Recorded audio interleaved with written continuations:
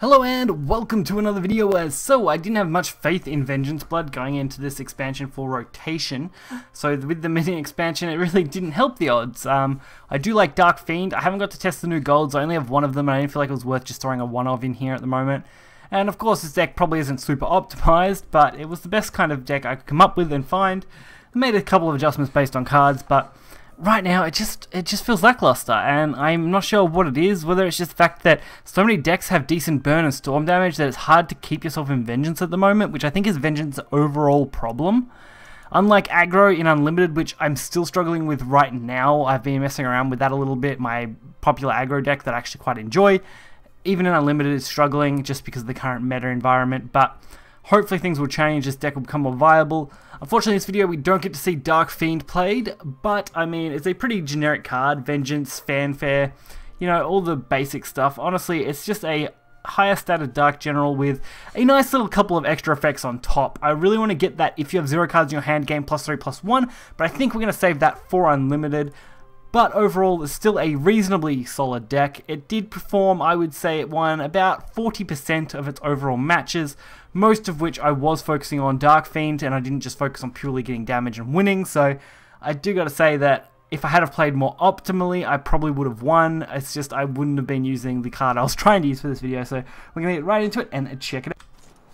So right now the meta environment is in a little bit of a weird place, honestly. We've got lots of decks, lots of cards, lots of things going on, and the meta is currently shifting quite a bit. I've seen a lot more Dragon in the last couple of hours of even making videos right now, compared to a few hours before that where it was a lot of Rune. So it looks like people are starting to take a shift to Dragon a little bit. I think maybe to counter out Rune, or just to counter in general to stuff like Lionhaven, which isn't surprising. At least as of making this video. Remember, I do make these at least a couple days in advance, so the meta obviously will be shifting quite a bit, but I usually want to cover these as pretty interesting things anyway. So we start off very generically, obviously, dealing 1 damage to ourselves. It's just, it doesn't feel great. I'm thinking maybe a Dark Feast variant of this deck would be better than honestly going for the straight up Vengeance variant, but we're going to have to wait and see if that performs any better, honestly. So of course, Fanged Serpent is usually a decent turn 3 play. It does give us a little bit of healing option and give us a decent stat line. Lucky for us, our opponent really didn't do much other than a ramp and play some Orcas, and they can't use an Evo yet, so that's not going to be any kind of issue. And we can pretty casually remove an Orca and go face for a fair bit of damage. So definitely going for the damage route. No real reason to hold back in this matchup. I was thinking at the time, why bother holding out when I have such a good hand? I am quite a big fan of Vania as well, so if you are running any kind of Vengeance deck, I do highly recommend a Vania. It has good utility, probably even more so than the new Legendary. Just because it gives you a pretty decent bat. You can go for a Drain or Storm option, and really that gives you a lot more versatility, definitely. Looking back on it, but we'll have to wait and see if it performs well overall. So now we get our Vengeance activator, and about the only one in this deck. Emperor the Blade. I actually wonder if a Blood Moon sort of variant of this deck could work better, but it might be too slow. There's a lot of ifs, ands, and buts at the moment with Blood in rotation. It's a very lackluster craft as far as other decks go. At least it has been since the big nerfs to Dark Feast Bat. It's definitely been getting overshadowed by things like Shadow, for example. I would like to see it get something just to bolster it a little bit.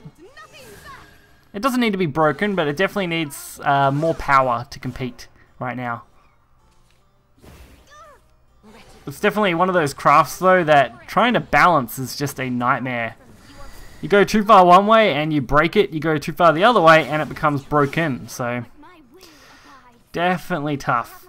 So they had 1 health left, which was a pretty easy kill. I couldn't play Razory, which was a bit disappointing, obviously, because of the damage that would have killed me, but I do get to go face, get the 3 damage, win the game with Vania. If I had had the new Legendary, I could have done it with that just as easily, so that's why I'm mainly making this video.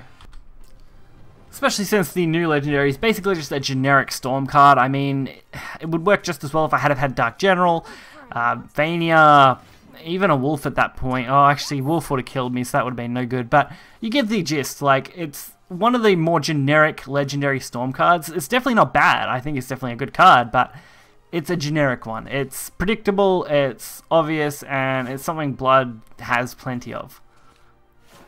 I actually think Blood has pretty much a Storm follower with a 4 attack line in almost every rarity at this point. Now, especially with that addition, of course. As Vania was only a 3 attack.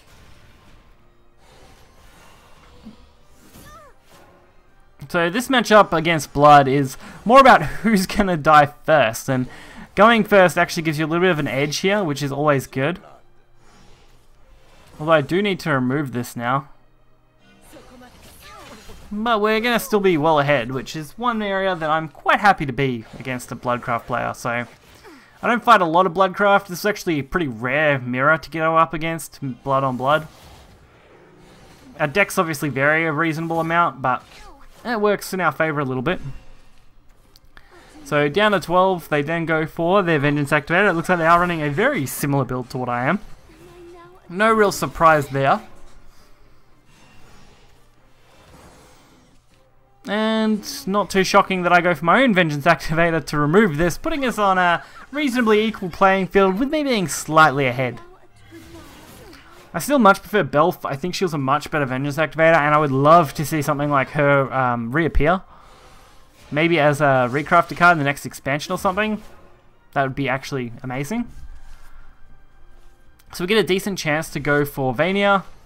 Of course, Storm Vania, biggest advantage right now.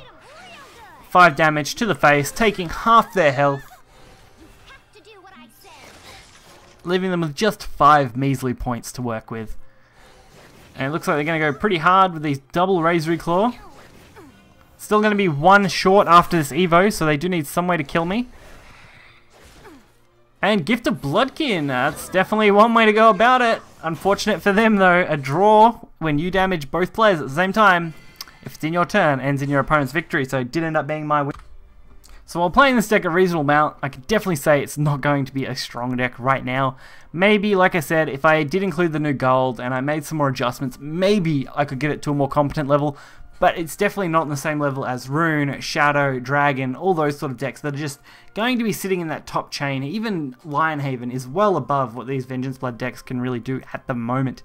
Maybe, like I said, Dark Feast Bat variant might be better and that could do a lot more, but as it stands with this, I just can't recommend it. It just doesn't have that push, and I'm a little disappointed with these Dark Fiends. I think they could definitely do with a little bit more power. Maybe if this was a 4-drop instead, I know it would then straight up beat out Dark General, but it's one of those cards that unless you're getting the bonus from the 0 and 2 effects, it's really not that great. So I'm so iffy on that card. It's one that I like. I like its idea quite a bit, but I just don't think I can get behind it as it is. So hopefully you guys enjoyed the video. If you did, hit the like button and subscribe. You'll find the decklist in the description below. Until next time, see ya.